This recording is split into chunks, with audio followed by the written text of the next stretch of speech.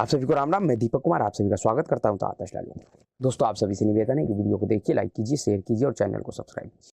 दोस्तों, इस देश का जो आंदोलनजीवी वर्ग है, उपद्रवी वर्ग है और दंगाई वर्ग है, उन सभी के लिए बहुत बुरा खबर है। जी हाँ, दरअसल उन सबके रोजगार पे बड़ा संकट है, जिनका भरण पोषण और परिवार आंदोलन के सहारे, उपद्रव के सहारे और दंगा और हिंसा के सहारे चलता था। जी हाँ, इस देश ने देखा है पिछले हाल के दिनों में ही, कभी किसानों के नाम पे, कभी कुछ समूहों के नाम पे इस देश को सालों सालों तक बंधक बना के रखा गया। किस तरीके से फर्जी किसान के नाम पे देश की राजधानी दिल्ली को सालों तक बंधक बना के रखा गया। देश के प्राचीर लाल किला पे हमला कर दिया गया।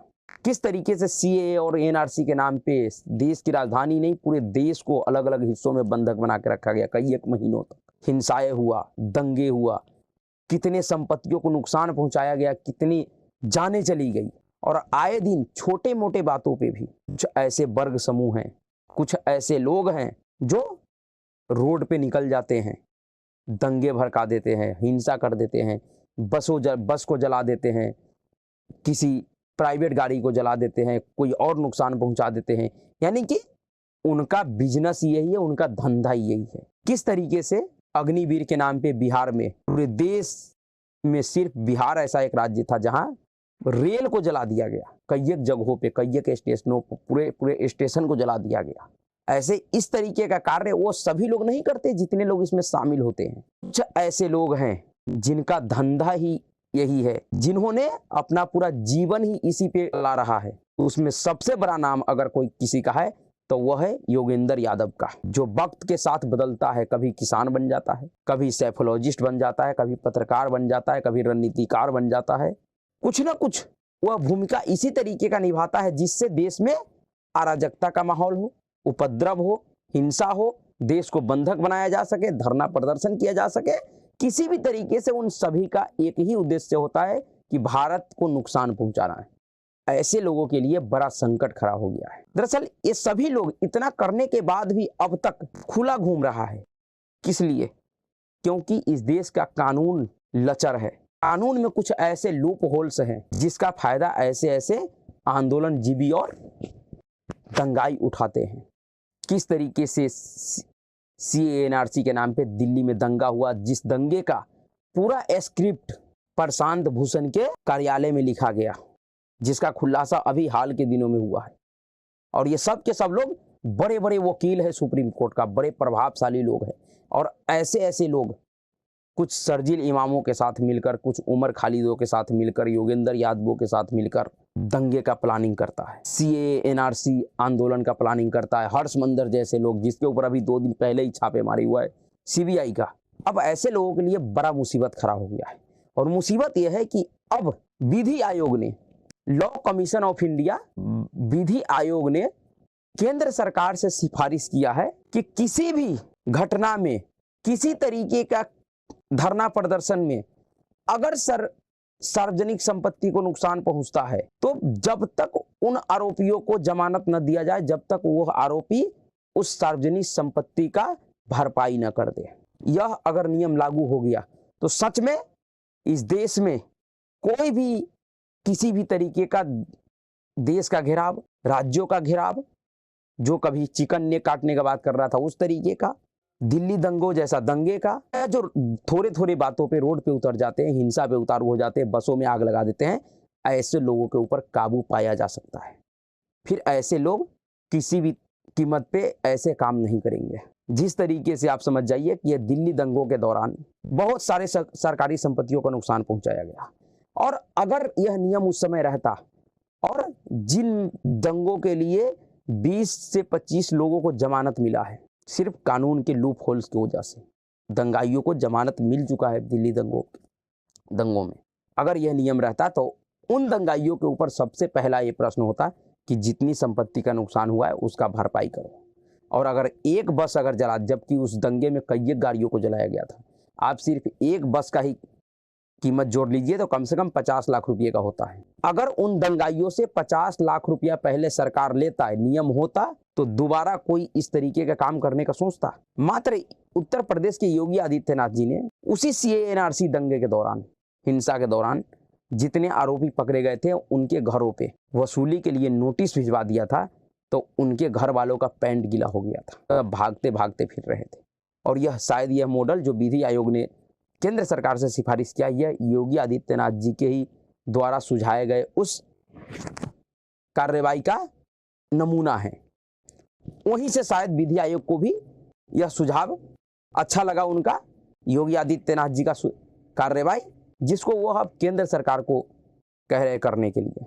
जिस तरीके से बिहार में रेल को जला दिया गया, उस समय अनुमान था सरकार का कि 350 करोड़ रुपए का रेलवे का नुकसान हुआ। उस आरोप में जितने भी लोग जेल में हैं, जितने लोग पकड़े गए, अगर उन लोगों से यह 350 करोड़ रुपया वसूला जाए तो शायद उनका एक नहीं 10-20 खानदान भी खत्म हो जाएगा। 350 करोड़ रुपये वो नहीं भर पाएगा, और जब तक वो नहीं भरता है तब तक जमानत नहीं मिलेगा। यानी कि ना उसके पास 350 करोड़ रुपये होगा और ना वो जेल से बाहर आएगा, चाहे वो बालिग हो, नाबालिग हो, कुछ भी हो।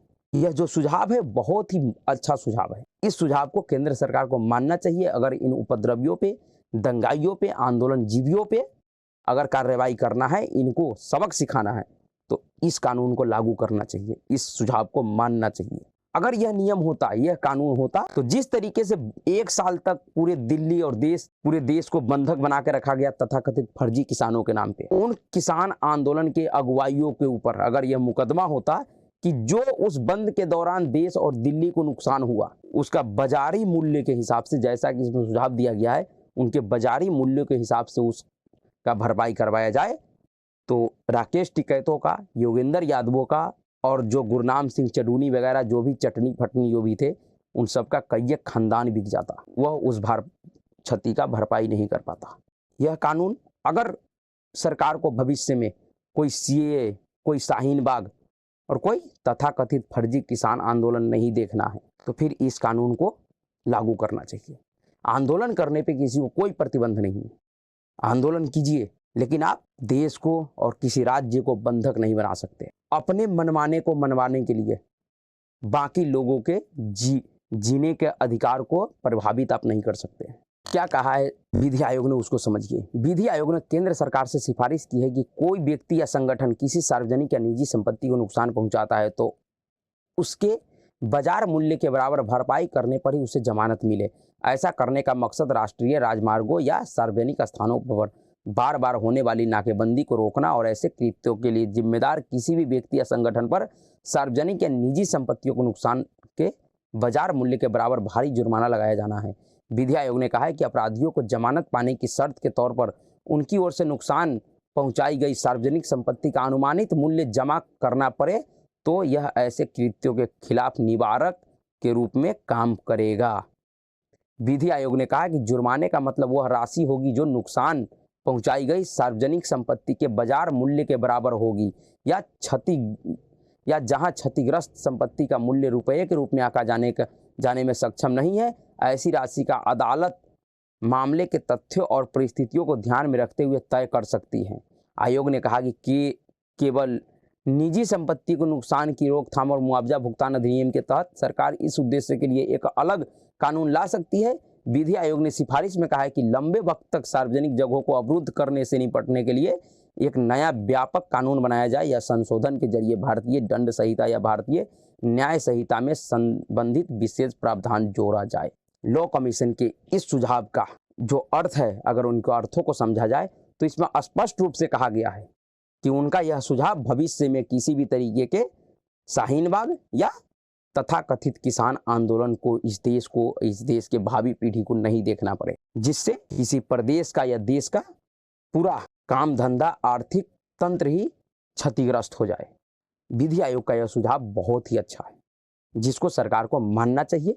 और जिस तरीके का सुझाव दिया गया है, इसमें जो भी और जोड़ना या घटाना है उसको करना चाहिए। और शायद जिस तरीके से कल नरेंद्र मोदी जी ने अपने भाषण के दौरान, राष्ट्रपति के अभिभाषण पे धन्यवाद प्रस्ताव के दौरान जो बात उन्होंने कहा कि आने वाला मेरा तीसरा कार्यकाल ऐतिहासिक फैसलों का कार्यकाल होगा, शायद 2024 के बाद बिल्कुल नरेंद्र मोदी जी और उनकी सरकार इस तरीके का फैसला लेगा जिससे इस देश के आंदोलन जीवियों का, दंगाइयों का, उपद्रवियों का जीना मुश्किल हो जाएगा, उनके जीवन पे बड़ा संकट आ जाएगा।